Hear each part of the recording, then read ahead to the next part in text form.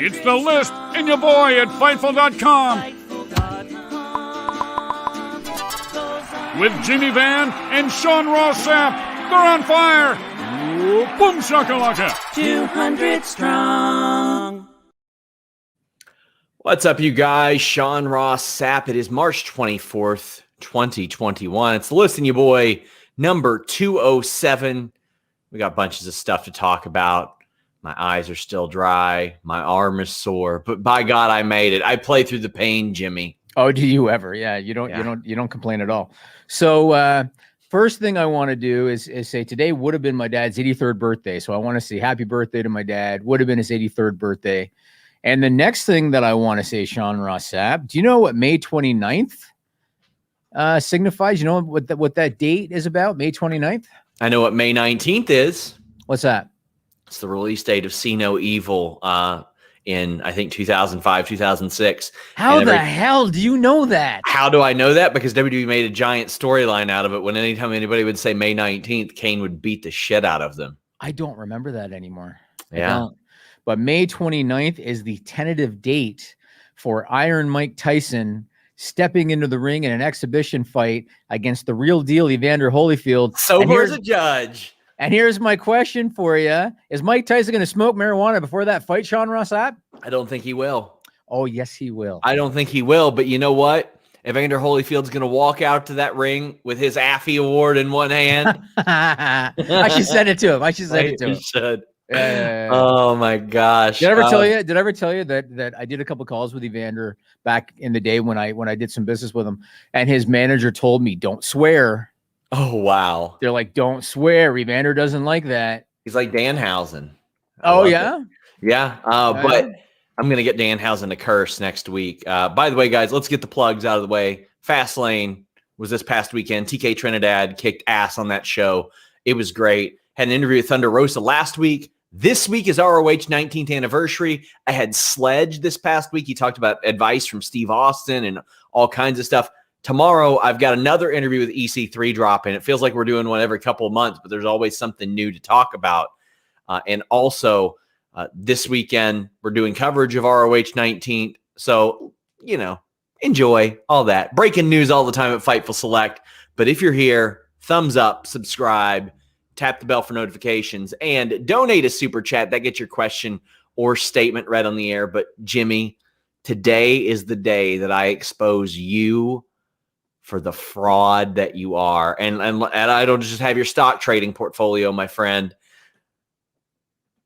I've got a lot more. The GOAT journalist, super serious, impartial, professional journalist that I am, tracked down footage of Joel Pearl's win. And I'm putting Joel Pearl's name in air quotes too, because I don't know if it is his real name or if it's an online pseudonym. And his tournament win, I'm going to show that today on Listing Your Boy. I found the footage. So it was a phenomenal victory for Joel Pearl. The finish was incredible. I don't know how you have footage because no cameras were allowed. The reason no cameras were allowed was I might have gone over capacity limits in Rio, and I didn't want to deal with any potential legal repercussions, so no cameras were allowed at the venue. Well, but you went over capacity anyway, as per the terms of my contract, because if you sent him to Rio and you didn't me, that's got to be some sort of like violation of whatever deal that I signed last year. No, I told you somebody had to stick around to keep an eye on Fightful, and you drew the short straw. So you got to stick around and oversee the site, man. Well, we're already getting super chats. Aaron Entertainment says SRS versus Joel should main event. WrestleMania 37. I'm gonna kick his ass. I'm gonna kick his ass this year. People keep saying they didn't get the intro. That's wild. Oh, yeah? It aired, guys. I don't know what to tell you. The intro aired. Sorry. Hopefully, I guess. JJ says, I'm here for the footage. My clients, Jeremy or Joe, can they get the first title shot and a pay raise? Jeremy has gotten like 2 or 3 pay raises and a completely new revenue stream. Joe got a giant Christmas bonus as well. So the answer is no and no, I think, would be right. Hannah says 2006 It was the date of my sister. It was the date my sister graduated high school, and I had nightmares about that Kane storyline. I was terrified. You don't remember that, Jimmy? No, there's so many little things over the years I just don't remember anymore. I don't remember. Obviously, I remember when he did See No Evil. I don't recall that being part of a storyline. Interesting. No. Interesting. So one of my fondest memories of that storyline. It was a pretty smart idea to remind people when that movie was dropping. Sure, they should do shit like that more often. But I remember one time, I can't remember who Shawn Michaels was mad at, but Kane was walking away from the ring, and Shane McMahon grabbed this guy's lifeless body and was like, May 19th, May 19th. And Kane came back and beat the guy up. Isn't it amazing that they didn't promote Sasha Banks in The Mandalorian? It is. Isn't that amazing? It's like one of the hottest shows on television, and they didn't promote it. It is so mind-boggling. Hannah M says, no cameras allowed. Didn't he say the footage was lost last week? Seems sus. You know, it's funny. Those words didn't come out of my mouth because no, there is no footage. There were no cameras. Well, that's funny because I heard there was also no footage of me getting attacked, and that investigation is still underway. I'm going to find out. I might hire staff full-time to figure that one out. I've thought about it. That, not that I want to get too deep, but sometimes in my core business, if people try to skip out on paying the bill, and if we have to find them, sometimes I hire a PI to look them up. You know that? Do you? Yes, legitimately. Okay. So, because part of the collection process, I've thought about hiring a PI. Tom Selleck. Tom Selleck. Yeah. I'm sure you could use the payday. I've thought about hiring a PI just to try to figure out who pushed that shit down onto you, because those actions, I don't condone that in my company, Sean. It's amazing. They had cameras hooked to everything while it happened too, so they knew exactly what they were doing. Yeah. Well, Justin Lopez, celebrating birthday this past week, said it was the con man, Rob Conway, Sean. I don't think he lives that far from me, actually. Oh, really? But Rob Wilkins says, curious question. When WWE says they come to an agreement on the release of a wrestler, can that agreement have a clause? Example, Andrade can't go to AEW. Absolutely. For a certain amount of time, yeah. Sure. Permanently, I mean, they can agree to whatever they want. Permanently, yeah. no. I mean, if Andrade wants to agree to that, they certainly can. Yeah, but I mean, there is no template in stone. They can add whatever custom clause they want. But you're right; it's got to be mutually agreed to, obviously. Yeah. So lots of discussion going on this week about the main event of WrestleMania. 69 names Deegan says, "What's up, dudes? If Bianca and Sasha doesn't main event, it's completely WWE's fault because fans wanted this red hot feud to main event. Hashtag just book better." I completely agree, Jimmy. This was a slam dunk, a layup, an alley-oop, a free throw. And they went and decided, oh, you know what we're going to do? We're going to have these two characters. Again, one of the most dominant, easy superstar figures, Bianca Belair, and one of the best in-ring workers they've ever had, Sasha Banks, and we're going to have them lose. I know. And their characters are so similar in terms of the confidence and in terms of them both thinking they're the best and everything. It's mind-boggling what they've done. There's not many matches on the WrestleMania card that really appeal to me, if I'm being honest. Not a lot because of the way the booking's gone. But let's talk first about the WrestleMania schedule because we're starting to get some clarity a little bit. Okay. So night one, they're talking Lashley McIntyre for the WWE title, Sasha Banks, Bianca Belair, SmackDown Women's title, Bad Bunny against The Miz, which we'll talk about in a minute. That's slated for night one. Night two so far, they've announced Roman Reigns Edge for the Universal title, possibly to include Daniel Bryan. I know that you've said that Daniel Bryan's scheduled to be added.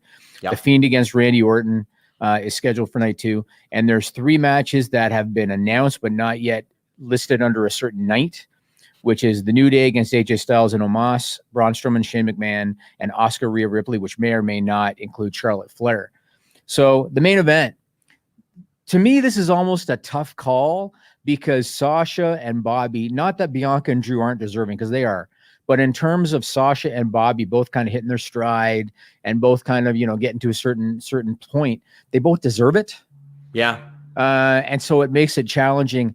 I think they should give it to Sasha Banks, Bianca Belair, because there's different reasons. Number one, it makes it a little bit different. They're going to do Roman Edge and Bryan night 2 main event.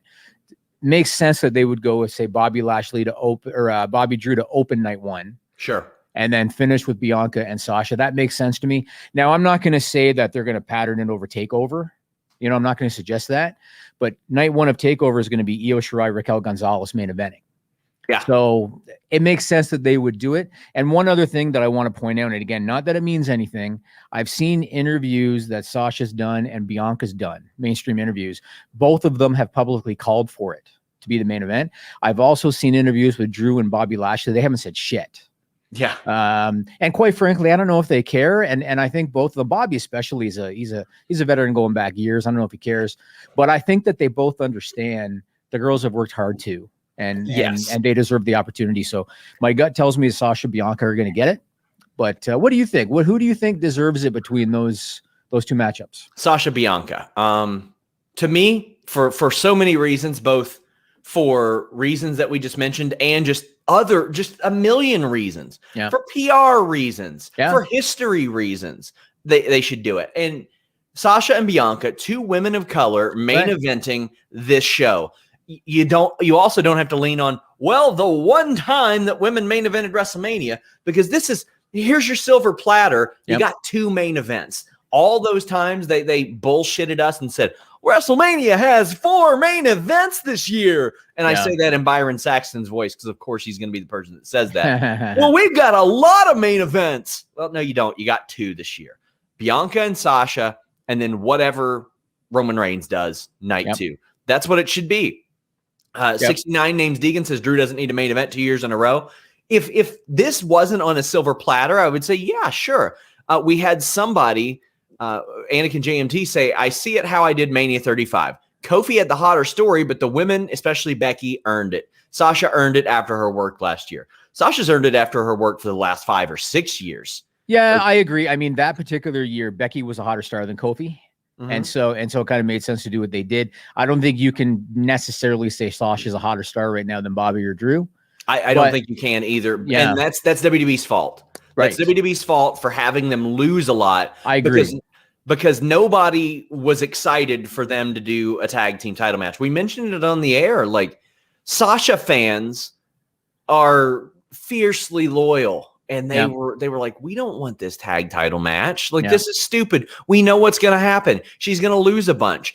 They've lost a match together as a team every month since December. Yeah. So it ain't good. Why are they pretending they like each other? This is a dumb, bad build. Yeah. And I had people that pointed to Rock and Austin at Mania 17. They said, oh, well, look at what they did. And look at how they built it around Deborah. And I was like, I think you might want to go back and look at the wins and loss records just a little bit more. And for people that pretend that doesn't matter, that's exactly the kind of fan WWE wants, and exactly the kind of fan that they retain at this point. People that will apologize for anything. This has been bad. And Bianca and Sasha are not Rock and Austin with 4 or 5 years on top of the business behind them. And this ain't WrestleMania 17, my friend. Yeah, maybe the hottest ever, yeah. Yes, this is not that. This is not one of the hottest periods in pro wrestling. This is one of the biggest down periods as far as a vast audience goes. Oh, what are you talking about, Sean? They always say in the earnings call they got more eyeballs than ever. Boy. You know, I will say this. It does seem like it wrote itself. I mean, how many times have we talked about, like you just said, on a silver platter, things tend to write themselves. They did the stuff with Bianca when they brought her up, where she did those segments where she beat everybody at everything. Yes. Given Sasha Banks' character, there's your story. You know what she should have beat people at? Fucking wrestling matches. yeah. That would have been helpful. Such logic, right? Such logic. You would have had them beat people at wrestling matches. Yeah, she's winning a Trivial Pursuit. Come on.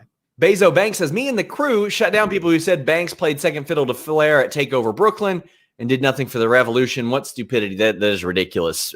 Sasha Banks' in-ring acumen is a gigantic part of the Women's Revolution. I don't think anyone has said that she hasn't done anything for the Women's Revolution. Oh, there are a couple. I mean, I said I wouldn't put her top 5 all time, but I've never disparaged her ability or her contributions ever.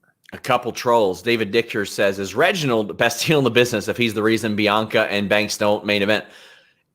If we're sarcastically applying that tag, Jimmy, to catch you up, people will always hashtag best heel in the business Baron Corbin and send us super chats because he's not really. He has the, I don't want to watch this heat. Yep. Yes, Reginald would have that kind of heat, and it's not his fault. It's not his fault either. It's WWE's fault. He's actually got a lot of talent. He's very good. You seen him flipping around? Wasn't he in Cirque du Soleil? I don't know. I heard something about Mason that. Ryan was, though. Oh. Justin Lopez says, it was a simple build. You built this on respect of Sasha not taking an up-and-comer that she's heard about from NXT for years seriously. Yeah, because, I mean, that's not something that Bianca Belair experiences a lot. Most people know that she's the shit. Most people know that she's awesome. Yeah, I mean, they could have done a very easy, you know, you want to, what's the word I'm looking for? You want to one-up me, I want to one-up you. You know, there's so many things they could have done that they didn't. And it's always the distraction roll-up.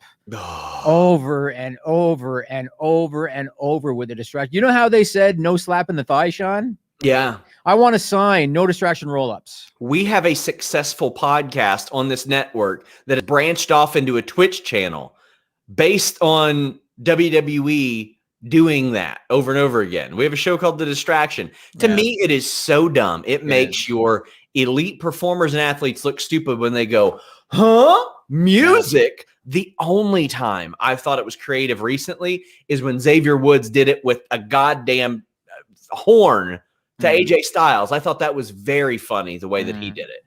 Anakin said, also, Bianca won the Rumble. That should mean you main event. I don't think that should be a hard and fast rule. I think there are some title shot. Yeah, you get the title shot. And especially now, Mania is structured differently now. You don't start with a curtain jerker anymore.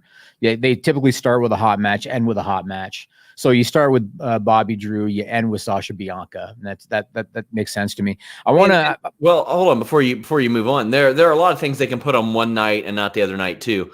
Braun throwing Shane off of whatever he's thrown off of, that can be one night. Meanwhile, Kevin Owens jumping off of whatever he jumps off of can be another night.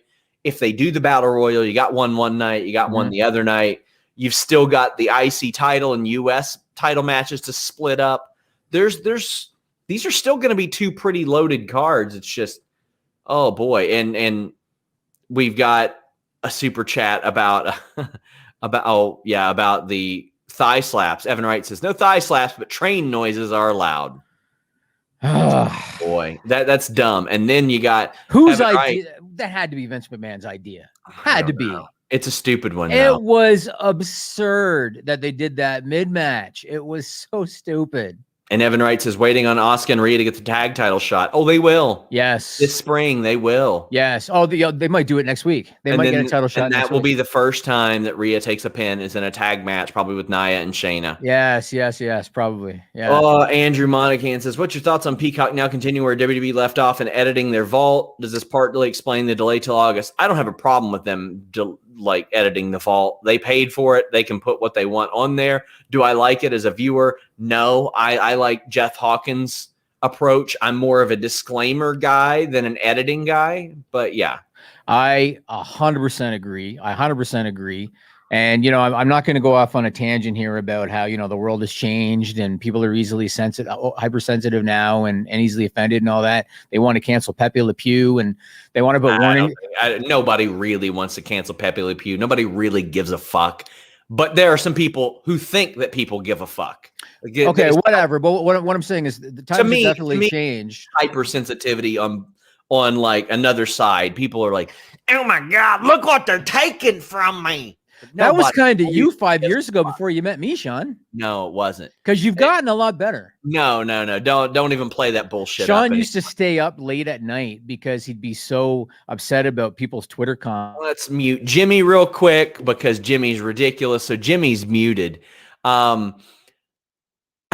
Anyway, Marco Dominguez says pop for Xavier playing AJ's TNA theme on Raw. Did you see that? Did you notice that? No, he did it. He played the horns and then he went, I am. Yeah. I thought that was a very good approach because he was there. A lot of people forget that he was actually there. Right. You know, I want to go back to the Peacock thing, and I agree with what you said. I think that if Peacock wants to pay $1 billion, they can do whatever the hell they want. But I also agree with what you said. I would much rather they do a disclaimer. Don't get me wrong. I thought the Piper thing at WrestleMania 6 was really stupid. I thought it was stupid then. He did a lot of stupid shit. Like he said a lot of weird shit. Yeah, with that Bad News Brown, it was dumb. But I agree what you're saying is like the time he popped up in '96 and he's like, I'm a lesbian, okay? And I'm like, What the fuck are you talking about, man? Yeah. He was a little bit left of center sometimes. He went, and I always thought the funniest part is every time he'd like come back to WWF or WCW or even NWA TNA, he'd like, this is home. This is home to me. And I'm like, man, wherever you're getting your paycheck is home to you. Did you ever hear about why he did the black and white thing at WrestleMania 6? According to him, what his explanation was? I remembered some reason. Yeah. He claimed that he was trying to do a Michael Jackson impression. Well, that doesn't age well. No, that's what he said. And if you recall, when he got in the ring, he did a little dance. Do you remember that? I do not. Yeah, he did. And I always wondered as a kid watching WrestleMania 6 back then, why the hell are you doing this? Makes no sense. Had nothing to do with the story going in with Bad News Brown. And apparently that's why he did it. That's what I heard. That makes sense. We have some more super chats. T. Smitty says Disney did a better job of booking Sasha than WWE. Both can unlock that black woman demographic because they now have 2 top stars who represent them.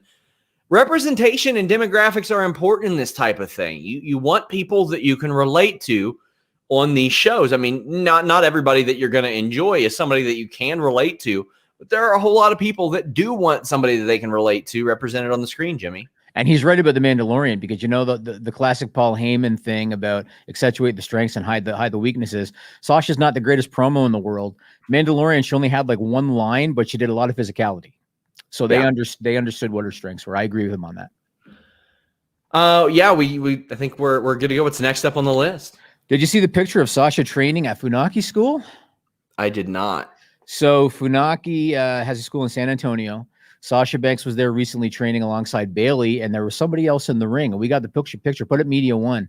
This is from the Twitter page of Funaki School. Right there on the left in the ring, Sean. Who's that? Well, it's Tessa Blanchard. That's Tessa Blanchard. Mm-hmm. Yeah. She's back from Mexico. She's been back from Mexico. Wow, I didn't know. What do you think? Now, obviously, you know, the allegations against her aren't great. But there she is with Sasha and Bailey. What do you think? Do you think she's getting herself ready? I think she's trying to stay ready. That's what I think. And I've heard of some conversations on another side of things, but you know, I don't know what's planted information at this point, because I've heard that she's talking to every single company over the last 6-7 months, and very little of that ended up amounting to anything, even if it was true. Yeah. And I'm sure that her team wants her to be looked at in a much different light than she is right now. Oh yeah, 100%. But she's got some apologies to make, and I don't know if she wants to make them, let alone if she believes that she even has to do it. I would be shocked if AEW signed her. I'd be shocked, because Tony Khan's got the reputation of being very cognizant about public opinion. Yeah. So I'd be shocked. Okay, my next question. This is going back to WrestleMania. Unless things change, Bad Bunny is now slated for a singles match. What are your thoughts on that? Because you talk about there's got to be confidence in him. There's got to be, or something happened. Now, this day and age, I'm not speculating on like if somebody's sick or somebody can't be around or anything. But in this day and age, things change, and things change really quickly. But if something happens to Damian Priest, whether it be COVID or he comes down with a knee ailment or something like that, you're still got Bad Bunny in that match. Like, you got to do it because he's a big time celebrity. I think there's still time to make this a tag team match if they can. Oh, for sure there is. And the way that I had heard initially was that it was being trained for as if it was a tag team match. But yeah, I guess it. Yeah, but he's got a better motor than he did on Monday, because as Denise said, he was sucking wind by the time he was up on the apron. And the Miz, for all that you can say, he does have a motor. You ain't ever gonna see Miz blown up in the ring. Like, I don't think I've ever seen that. Yeah, I mean, Miz is a pro. You know, the question is going to be, what can you get out of Bad Bunny? I think back to, say, celebrity singles matches that went well, like Lawrence Taylor, Bam Bam Bigelow. Yeah, that went well. Lawrence Taylor was an elite level athlete. Mm-hmm. Bad Bunny's not. So, you know, you have to have the right dance partner. So we'll see what they're able to do if it sticks with a singles match. But the next thing I wanted to talk about, you know, kind of on the long lines of this Bad Bunny stuff. What did you think of Paul White on Jericho's podcast saying that back in 2014, WWE was going to have Justin Bieber, all, you know, 120 pounds of him, come in for SummerSlam to work a 6-man tag. It was going to be Justin Bieber, John Cena, and The Big Show against the Wyatts. And WWE, allegedly, according to Paul White, jerked Scooter Braun around. Scooter Braun is Bieber's manager, jerked him around for 2 weeks, and then Scooter Braun pulled out. What are your thoughts on if that had happened? Well, good. Fuck Scooter Braun. He's a piece of trash. Legitimately, he's a jerk. But they really should have tried to make that happen. They really should have. Imagine the eyeball, Sean, and the demographic. And Jimmy, that was an era that mid 2010s era was one where they were getting a lot of mainstream buzz because they were bringing Ronda Rousey and they were bringing a lot of people. Right. They were doing really good at it. Now it's okay. Well, if they plant something, I don't see a lot of crossover stuff with Bad Bunny. I know that he's a gigantic star and he's great for WWE. Mm-hmm. It just doesn't feel as big. Maybe it's the pandemic era. It definitely ain't his fault because he's a bona fide superstar. But yeah, I think they really should have capitalized on it and they really should have done it. I can't believe they didn't. Like obviously Bieber, I am not the target demo. But yeah, Bieber, sure, Jimmy. Yeah, sure. Well, did I ever tell you that I own an arcade machine that was owned by Justin Bieber? Yes, you did. Yeah, I don't know if I told this story. Was that the WrestleFest one? It's the WWF Superstars. Oh, machine. okay. And a friend of mine who you have met named Kelvin got it for me as a housewarming, and it was owned by Justin Bieber's family, his dad, in Stratford, Ontario, Canada. So that's my connection to Justin Bieber. And I wanted to tell another celebrity story, Sean. It's story time today. When did somebody ask us about LeBron James investing in the Sox? Was that on the Q&A that I did, or was that on the pod last week? Oh, I don't know. Okay, somebody asked a question about what did you think of LeBron James investing in the Red Sox parent company? And I forgot to tell a personal LeBron James story, Sean. Have I told you this story before? Well, by God, tell me. About when he turned heel in a basketball game? Well, please tell me, God damn it. This is a great story. Great story. So you remember when LeBron was on the Heat and they were winning every year. Dwayne Wade was on the team. Chris Bosh was on the team. Yeah. Several years ago, it's the end of the season. The Miami Heat are in Toronto to play the Raptors. The Heat already have the playoff position locked up. And the rumor going into the game was that LeBron wasn't going to play because they didn't want to risk injury. Yeah. Right. So I was sitting courtside and I was sitting next to the visitors bench. So the Heat bench was about 15 feet away from me or so. And I was sitting on the end of the row, meaning that I was right next to the visitors bench. LeBron wasn't there. Dwayne Wade wasn't there. Chris Bosh wasn't there. And people were complaining that they weren't there.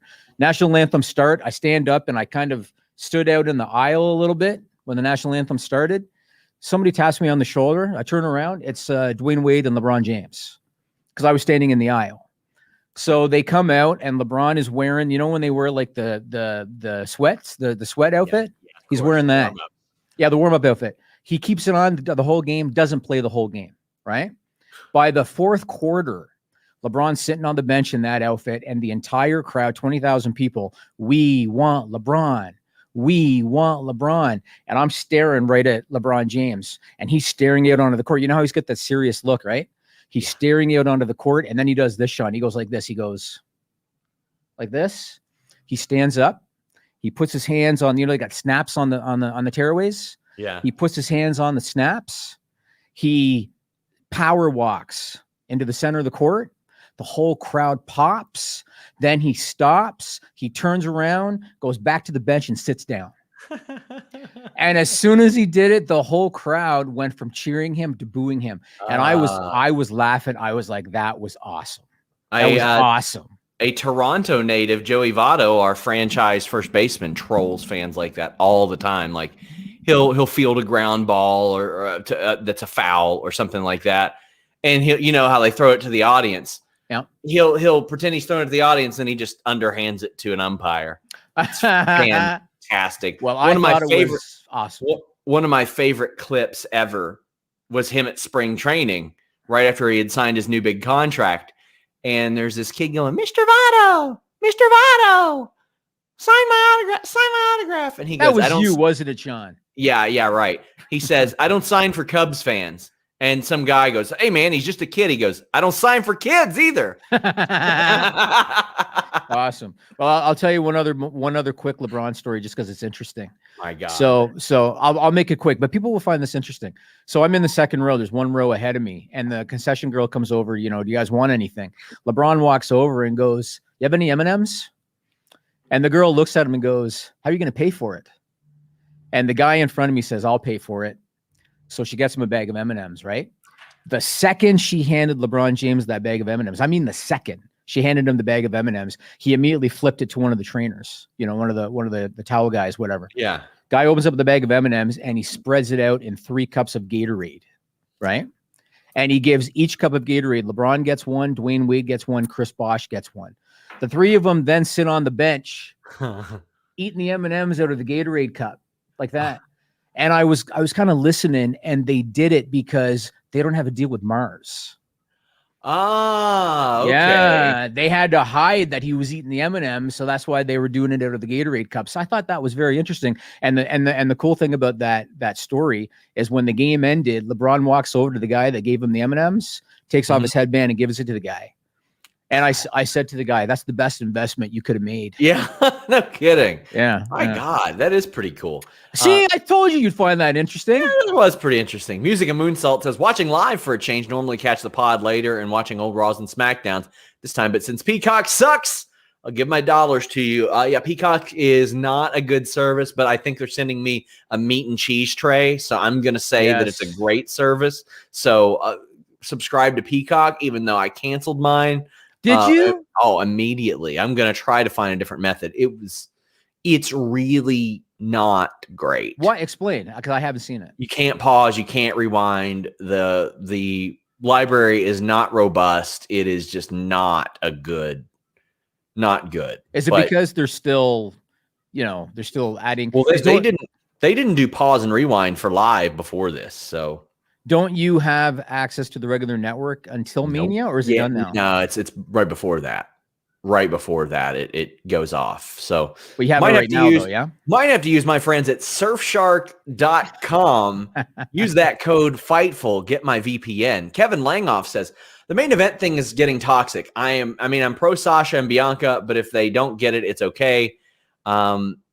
Just happy to see this match live." Well, to you, it might not be a big deal. Yes. To millions of people that are represented by these 2 women and their fans, just in general, regardless of color or gender or representation, it's a big deal. Like, I don't think you guys, some of you guys understand how big of a deal this is until you see how big of a deal this is. For example, Shad Gaspard, MVP, in tears at Kofi Kingston winning a championship at WrestleMania. Yeah. These are 2 grizzled, traveled guys, and they got emotional over this. I cannot put myself in the shoes of somebody else that I don't share representation with and say, well, not that big of a deal, because I have seen on Twitter why it is such a big deal.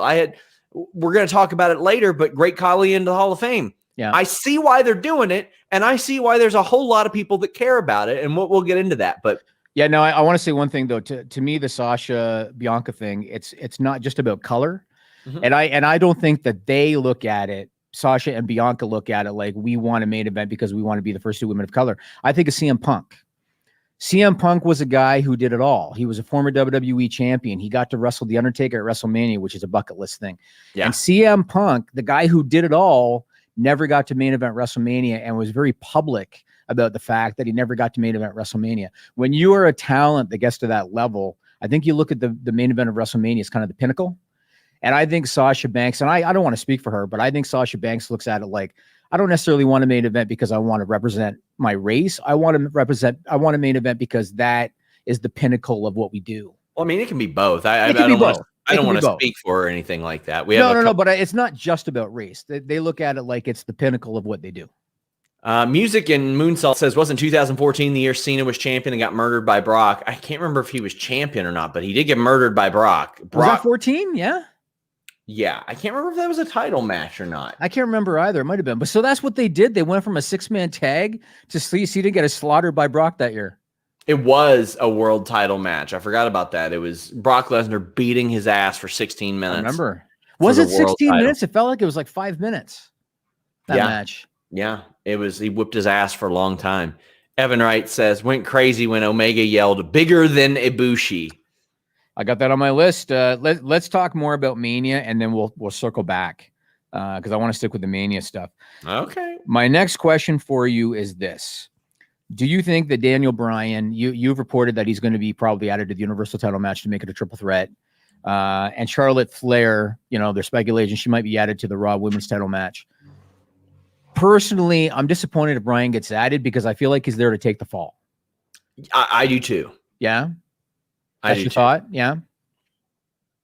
Yeah. So you're distracted. What are you doing? You're distracted. I mean, what more do you want to say? Yeah, I think he's there to take the pin. I think Edge probably pins him, but you want to talk about fumbling something. Edge came back after 10 years off. 10 years off.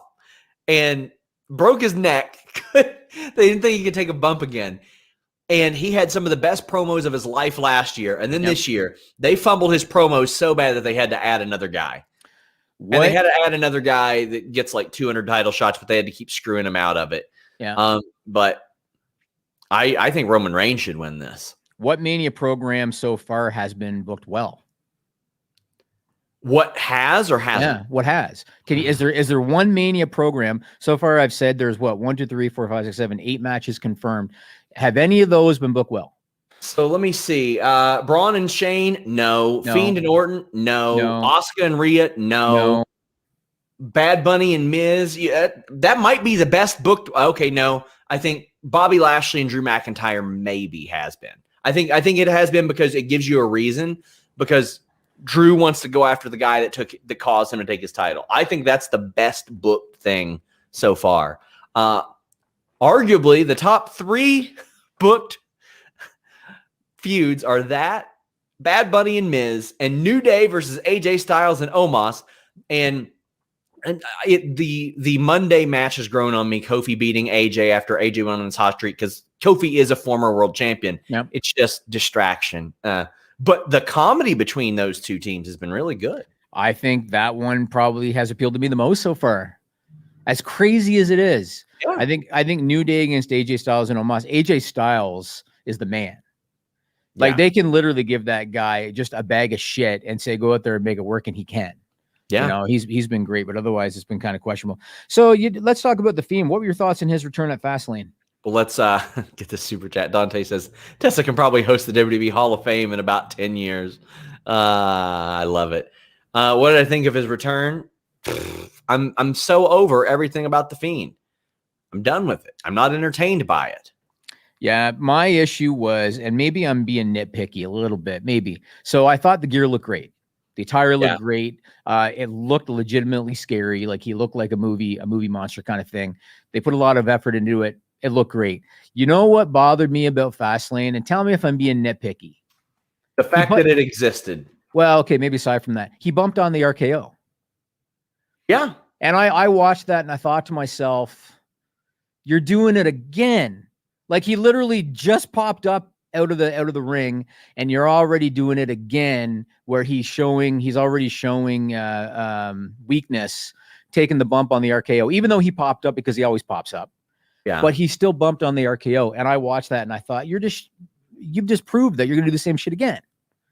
You know what I mean? Yeah. So I'm kind of over it too. I look at it like another reinvention. They've done 7 or 8 different, it feels, reinventions of Bray Wyatt. It feels like it's another one. And so I'm over it too. And then here's my other question for you, Sean. When he's done with Randy Orton, when the program's done, and granted, they might go for another 3 years, but when the program is done, is he going to keep wearing that gear, do you think, that burned up gear? I hope this doesn't last long.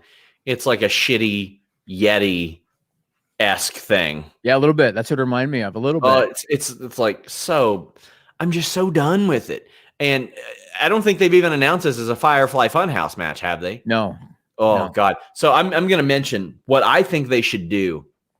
They should make, especially if they're going to do long shows, they should make cinematic matches the norm and rarely advertise them. Like, I think, or maybe do it, but like, this should be the intermission for Sunday. Is this airing as a cinematic match? Monday night or Saturday night, surprise us. Have Austin just beating up somebody in a cinematic match or something like that, or some sort of thing like that. Or That way Cena people know, even, yeah. they know they can take their dump, get their popcorn, whatever they need to do, and it'll air on the screens throughout the venue too. Would you want to take a dump at Raymond James Stadium given COVID? Hell no. Hell no. Isaiah Place says any news on Tessa Blanchard Marshall end up. But you probably want to rewind the show. One question per super chat though, but we'll answer this one. How long is Andrade's no compete clause? If he has one, it'd be 90 days. I don't know if he has one or not. It is, we got some conflicting information. Kevin Langoff says Jason Baker posted a Fiend death certificate. It intrigues me. The problem is all the good stuff not making it on TV. Nothing intrigues me about that anymore. And I appreciate that it does for you, Kevin, and you're more than entitled to that. It's just it's like every time, womp, womp, womp. This is like the third or fourth reboot of The Fiend, The Fiend was like the third or fourth reboot of Bray Wyatt, Jimmy. That's right. Yeah. I have never seen somebody that they have consistently screwed up with regularity like this guy. And again, for me, part of my issue as a fan, and again, like you just said, if people love it, that's cool. Like, just because I don't like it doesn't mean you can't. The problem for me is the logic. Like, for example, Fastlane, Randy Orton was fresh as a daisy.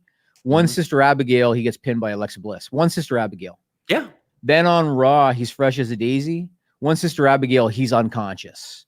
And so I look at that and I think, okay, so now you're going to go into Mania. You're going to work for 10, 15 minutes. You're going to take a Sister Abigail and you're going to kick out.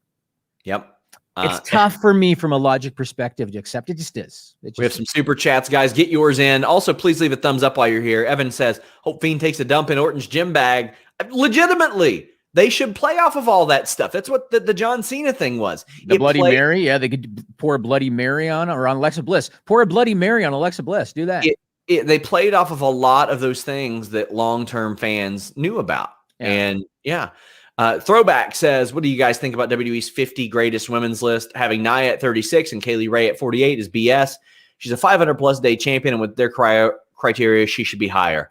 I give no thought to it. I never even heard about it, to be honest. Yeah, it's a thing on Peacock. I don't think about it. I don't consider it.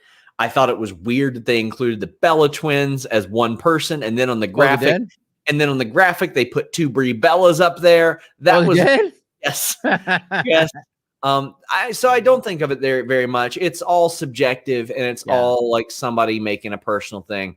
I never pay much attention to that or the PWI 500, although I respect it and it means a lot to the people that get voted on. Yeah. It doesn't to me.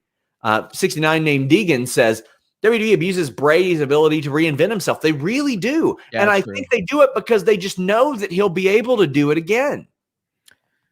It's just a lost opportunity. I mean, you remember when the Fiend debuted at SummerSlam with Finn Balor? Yeah. That was the talk of that event. Yes, it was. Everybody was talking about how great that was.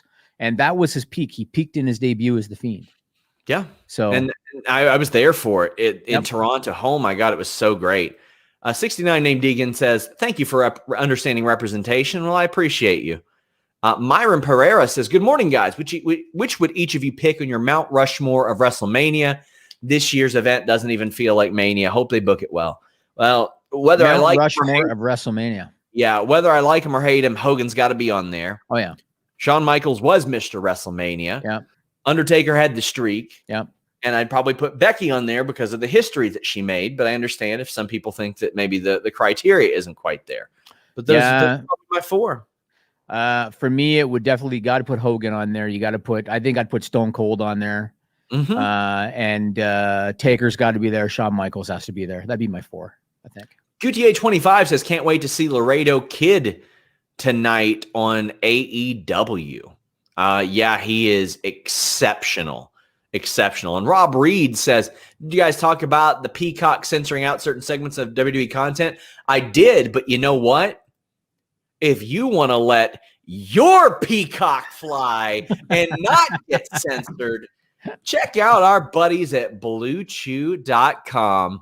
Oh, that's right.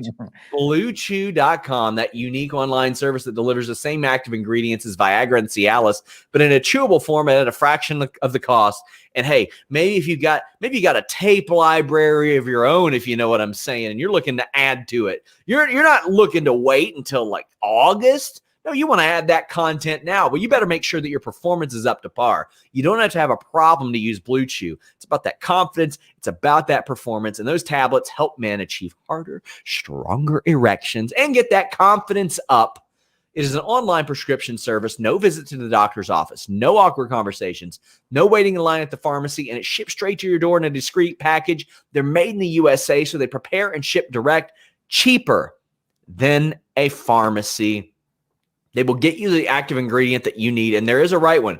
You take a quick quiz, they match you up with that active ingredient, and you got that extra confidence, you got that extra performance, and you are ready for a Wrestlemania moment. You don't need to be going out to the pharmacy and all that stuff. Maybe you're sitting in your side yard getting that Wrestlemania dick tan instead. It's got to get some color to it. You know what I'm saying? Jimmy knows what I mean. He's nodding his head off the camera. He's like, yep, I understand. Wrestlemania dick tan, of course. And when you use I trademarked that on a t-shirt. Let's mute Jimmy real quick. Use that code FIGHTFUL, get your first shipment free. Jimmy's just giving me the thumbs up like, yep, man, completely understand it. Completely get it. Use that code FIGHTFUL, get your first shipment free. Just pay $5 shipping. You truly cannot beat this deal, my friend. Hey, Jimmy, what's up? You know, whenever your voice trails up on the segue, you know, like if you want to get whenever you do that trail up, you pop Camillo every week. Good. Well, and I think to me, that's probably what I look forward to the most. I want to see, okay, let's see what his little pitch is going to do to get into the segue so that he can pop Camillo. Your pitch won't be little when you, we've got super chats. By the way, guys, turn off your goddamn caps lock in our chat. It is a very easy thing to do. Please turn it off. But Matthew Garrett says, Balor coming back to the main roster soon? No, I think we're more likely to see Karrion Kross come up than Finn Balor. Yeah, I don't think we will. I actually wanted to talk about NXT too. Man, there's so much stuff I still want to talk about. Let's talk about NXT. It feels to me, tell me if you think I'm right or wrong. It feels to me like NXT has just been losing momentum. Yep. And AEW is gaining momentum. I understand that Revolution was a step back for them, but they've been gaining momentum, I think, in comparison. And I feel like WWE recognized it, which is why they took the steps required to get Walter back in. What do you think? That they needed to. And for their biggest event of the year, they needed to. They needed as many attractions as possible. 2 nights. I think it made a whole lot of sense to bring Walter in. And I think they should keep him around for a while. What I would have done if I were them, I would have been like, all right, Walter, before you head back over to the States, we're going to have you film like 10 squash matches over the course of 2 weeks in the UK. We'll run that over the next few months when we need to, because they don't have fans. What's it matter? WWE's odd resistance to utilizing stuff in the can like that, like when they had John Cena in, doing some squash matches. Who gives a shit? I don't think they think about it, Sean. It's so weird to not think about it. Yeah. If I had John Cena there for a week, even to film that, I'd be like, listen, man, can you film some stuff like 3 or 4 squash matches? And people could say, what does it lead to? Here's my answer. Absolutely fucking nothing. It doesn't matter. Get him on your show. They do stuff that doesn't lead to anything all the time. So I hope they keep Walter around for a while they can. I had heard that Walter doesn't like being in the U.S. for long stretches. Could be. But you know what? The UK obviously has been one of the hot spots worldwide for COVID. If you're able to get him in, take advantage of it. And there's no way they're going to bring him in for a week. He's here for, I bet you, at least a month, you'd think. Yeah. Rob Wilkins says, just try to do a 990-pound squat. I failed. Vince wins. I don't know what that means. I have no clue what that means. Matthew Garrett says, with the announcement of the Thunderdome, will the new location host fans going forward? I wouldn't count on it, but I know that they have reached out to some venues around the States to possibly set up their touring stuff in the future. So that's a good idea. That's a good news. Credit to John Alba for having that location locked down, by the way. Ray Callahan says, Fiend failed once he hit the U.S. soil. We broke him. It wasn't we. It was they. It was WWE. WWE broke him. They shit the bed. Get in those super chats, those thumbs up, guys. Jason McGill says, is there fire behind the smoke with Don Callis directly mentioning Kota Ibushi in the Impact promo? Omega versus Ibushi in the States forthcoming? Well, we had that super chat earlier about him saying bigger than Ibushi. I don't see why they couldn't or why they wouldn't, but I don't think that Omega is going to beat Ibushi for the double title. Yeah, I don't know if New Japan would allow that. That Omega was actually on my list, so we'll talk about it. So they're continuing with the cross-promotional stuff. Like you said, he was on Impact. He mentioned Ibushi. He's got Rich Swann at Rebellion, which they moved to a Sunday. They moved it off. They moved it off April 24 because UFC was probably going to crush him. So now it's going to be on Sunday the 25th. But he's got Rich Swann title for title. Looks like he's also got a program with Christian in AEW going on at the same time. So, what do you think? Do you think he's gonna beat Rich Swann for the Impact Championship? That sounds to me like that could happen. Yes, I think he will. And I think that's the reason they did it's sanctioned it's the TNA title is sanctioned. It's so Omega can hold 2 more belts. And yeah, okay. And then where do you think they go from here? Do you think he might end up on NWA television, maybe even Ring of Honor television? Nick Aldis ain't dropping that title belt to Kenny Omega. He doesn't have to drop it to him, but could Omega at least make an appearance in the NWA, do you think? I don't see any upside for that unless he's taking that title. Right. Behind the fight paywall, Evan Wright says, is Impact making a new title or using both belts? I think they very much wanted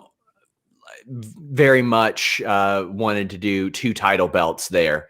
But I think that's why. And Matthew Garrett says, Omega's overt sexual references are strange. I'd like them to stop. I don't take him serious at all. You would have hated a fellow by the name of Rocky Maivia, let me tell you, because he did that on a weekly basis. Yeah, and I should tell you, not that I want to go too deep, but Sean and I talked off camera when Omega was promoting his documentary, which aired on TSN in Canada, and he was doing the media rounds up in Toronto.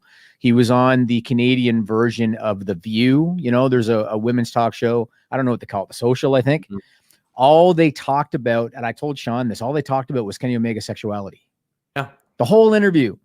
And I was sitting there watching and thinking, this is a little bit weird. I mean, I get it's mainstream talk, and those girls don't know pro wrestling, and so they probably found like that was maybe better targeted to their audience. Yeah. That's all they talked about was Kenny Omega's sexuality, the whole interview. So I Am Lelucha says, happy Wednesday, gentlemen. Any thoughts on who they might want to give the next tag titles to since Lorcan is out? Well, it was weird to me that they didn't just pivot and have Dunn defend them, but with Birch. Yep. That was weird to me. I don't even know if they know what they're doing. I mean, Triple H has been quarantining too. They got Hunter and Road Dogg running the show, or Sean and Road Dogg running the show. Sean wearing a bandana because no one's told him that that's not effective. And by the way, it's Birch that's injured, not Lorcan. Mm-hmm. But yeah, I think it would be. Yeah, I think it would be. It would have made sense for Dunn to defend those. So who do I think they'll go on to? Probably Legado del Fantasma or somebody like that. You know how typically after Mania they do a reset typically. Mm-hmm. And maybe they won't this year. Maybe we're going to see Bobby and Drew wrestle on 3 more pay-per-views, and we're going to see Sasha and Bianca wrestle on 3 more pay-per-views. But typically they reset, and that's when you have new programs and new challengers. NXT needs it badly, man. Oh, do they ever? It's the same guys every friggin' time. And I understand Karrion Kross got hurt, and it was what it was. And I kind of assume a takeover, they're going to kind of do a recoronation of Karrion Kross. But it's the same group of talent. Oh, I think Karrion Kross is moving up. That's what I think. That's what I think. 69 names Deegan says, I heard Walter doesn't travel because he doesn't like to be away from his family and daughter. I mean, yeah, I can't blame him. Yeah. I can't blame him at all. And that would make a lot of sense. Matthew Garrett said, thoughts on Steph's comments recently on Vince stepping down. Thought they were very self-aware. I thought, as opposed to all the PR stuff that we see put out there, makes a whole lot of sense. I feel like she was honest. Yeah, I mean, she said that they can't do a person-to-person transition. Yes. So she said you can't take one person and put him in Vince's shoes. That's fair. But at the same time, you know, when you look at, say, Vince day to day, I mean, he heads up creative. And yeah, he has decisions that he makes in terms of business, but he also has a team around him in terms of business. Yeah. I mean, he didn't even cut the Fox deal or the USA deal. Like Hunter was heavily involved in that. The Peacock deal was Nick Khan. And so I feel like Hunter is the natural guy because he could do the creative end. He's already got the business acumen because he was part of the NBC Universal deal. And then he can just circle himself with the same executives to handle any aspect that he's not familiar with and focus on creative. So she's putting her dad over by saying that there can't be a person-to-person transition, but I think Hunter's more than capable. We have some super chats. Zelo Diggs says, if you want a Hall of Famer to electrocute your sack and make you see his evil, BlueChew.com code Fightful. Let's talk about the Hall of Fame real quick, Jimmy, because I want that on here. I reported yesterday, Rob Van Dam is going into the Hall of Fame. Very excited for them to say that fucking Newsweek broke it or whatever, but hey, more power to him. Great Khali is going in. Good. I mean, he did a lot of great things for wrestling in India, quite frankly. Still is. And you could say even beyond his in-ring stuff, the contributor wing, like his contributions to wrestling. I love the picture of him holding Jinder's title. I love it. Because Jinder wasn't going to do shit. Yeah. And then Kane is in. Batista is not in this field. Daniel Bryan is not. That was an error. It seems very much they're doing some stuff that people who deserve it, but that fans won't necessarily be like, oh my God, we had to have that. To be honest with you, this is a very deep class. And you know, part of me is finds it interesting that they're going this deep on a class with no live fans or whatever it is that they're planning. Eric Bischoff, I mean, he could headline. If anybody deserves to be in the Hall of Fame, Eric Bischoff should be in the Hall of Fame. He completely changed the way that they present television. Still going in? That's part of the 2020 class. Yeah, they're supposed to be. So I mean, it's weird for them to not just add. He could get 2 in the same night. That'd be a new record. That would be. Yeah. But I like these Hall of Fame inductions, and we just got a rush of super chats. Holy crap! Rob Reed says, "Have you seen or heard Renee Paquette's interview with Britt Baker?" Yes, it's fantastic. She was very comfortable with Renee. Exposed a lot of the backstage stuff too. About Adam Cole watching her match and all that. Yeah, just a ton of good stuff. Yeah. Isaiah Plays said, should WWE end the brand split because Raw is just terrible? No. And let me tell you why. Because I personally covered all those SmackDowns before they had a brand split. And it was 2 shows a week that sucked instead of 1 most week because they would just redo the same thing. Can't tell you how many Dean Ambrose rematches I sat through. And let me just add, they're getting like $265 a year for Raw and like $250 a year for SmackDown. You think they're going to end that? Exactly. Kevin Langoff says, I do want Sasha and Bianca main eventing. This will be the first main event with a crowd and could be the big first one-on-one match. I understand how big it is besides the other factors. I know you get it. I'm just saying I see why it is a big deal to some people. And you know what? Look at the fact. Look at the reaction Bianca got for winning the Rumble. Yeah. She got a lot of mainstream press out of that. You can just, elevate that if, and especially if she goes over at WrestleMania. Kevin Langoff says, appreciate everything Fightful does. Best news source here, period. I appreciate you. Anakin asks, what do we see main eventing TakeOver? Io and Raquel, and then Finn Balor and Karrion Kross. It's already announced. Yeah. So there you go. Gosh, a bunch more. Matthew Garrett says, I think Steph's comments show that WWE are thinking about the next steps, right? No, I don't think so. I think it shows that somebody asked her that question and she felt obligated to answer it. You are spot on. You're spot on. She was asked that question.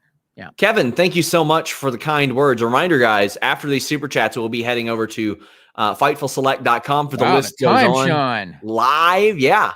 Live. Jimmy's got some stuff to talk about over there. Rob Reed says, if we don't get a WrestleMania segment with RVD and Riddle, I'll be very upset. They gotta do that, Jimmy. If they don't do it, was that again? RVD and Riddle? Yes. It'll be a lot better than Riddle Sheamus again. Oh, gosh. Well, I mean, the match is going to be great, but I don't a million times. No interest at all. Yeah. Michelle says, after Mania, who do you see coming to the main roster and who do you see getting released? I'm not going to speculate on who's going to get fired. Like, I don't want to do that. I don't like to do that. I see Karrion Kross getting called up. And strangely enough, I see somebody like Caden Carter and Casey Catanzaro getting called up because WWE is going to go, oh shit, we need tag teams. And I think Kevin Owens needs to go down to NXT. Kevin Owens is kind of in a holding pattern a little bit. And he'd be a big star there too. And he would enjoy it too. Josh Ho says, hey guys, first time catching you live and super chat. Well, thank you. Says, I want to say, I love you guys. Happy birthday to the GOAT himself, Undertaker. Oh, Undertaker. Oh, I didn't know. Yeah. Yeah. We're not one of those. Now? He's got to be what, 55? 234.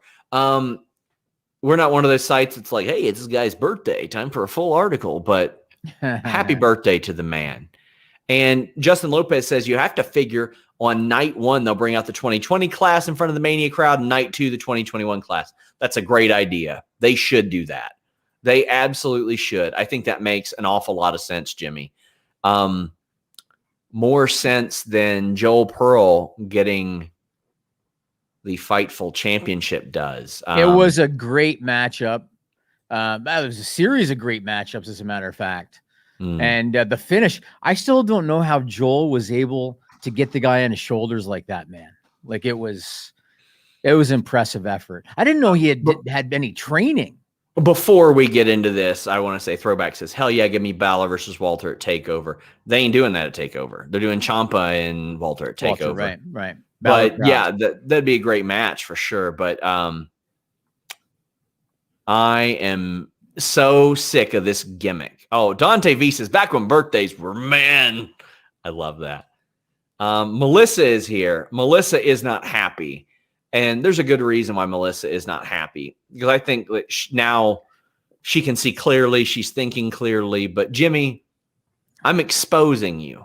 Okay, so first, I think that Melissa should boo herself because she was unable to defend the Fightful Championship, and she forced my hand. Yeah, she didn't force anything. This was a conspiracy of laziness, ineptness, and just overall mismanagement. I don't have a clue what you're referring to. I'm going to show it to everybody right now.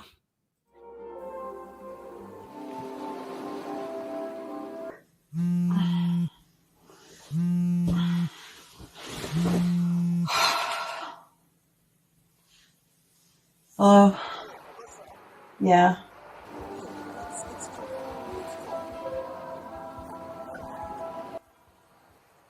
I've been better. Some asshole just woke me up.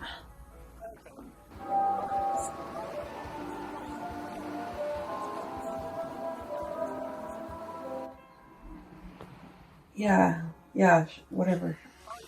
Yeah.